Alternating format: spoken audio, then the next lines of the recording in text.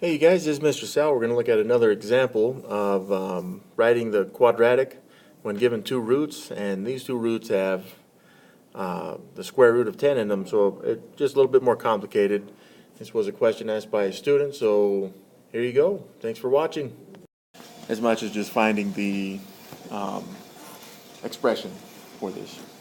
So we replace, it's always x minus, by the way, whatever we have there. And since this is both x is something that's a binomial, I'm going to put it in parentheses for both of these. And so we got 3 plus 2 square root of 10. But we also got 3 minus 2 square root of 10. Like that. And so, well, I don't really like the minus with the parentheses there, so I'm going to change this expression then to just be x minus 3. I'm just changing the signs. Minus 2 root 10, and then this one is x minus 3 plus 2 root 10.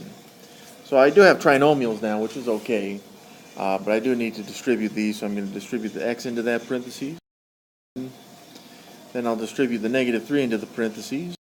And then I'll distribute the negative 2 root 10 into the parentheses. We'll actually do the distribution on this. Part of the problem with putting the x after the square root of 10 here is that, right, if I wrote it like this, I'm okay with it like that.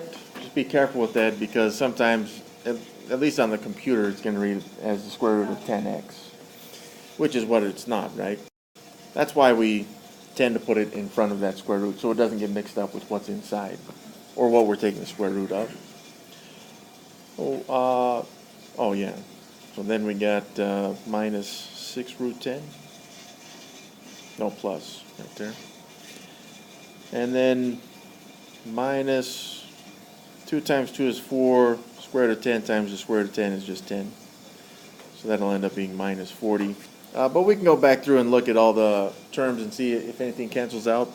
And since those two were kind of conjugates from the beginning, the x values, we should be able to cancel something out like this. I guess that 2x root 10 with this negative 2x root 10, those will cancel right there. And also this negative 6 root 10 with this positive 6 root 10. Those will cancel, and that appears to be it. I've got that x squared in the front, and then I've also got this negative 3x with this negative 3x, so minus 6x. I got that plus 9, and then negative 40 there, trailing at the end over here. So just simplifying this, I got x squared minus 6x minus 31, and that should be it. You know, y equals if you want.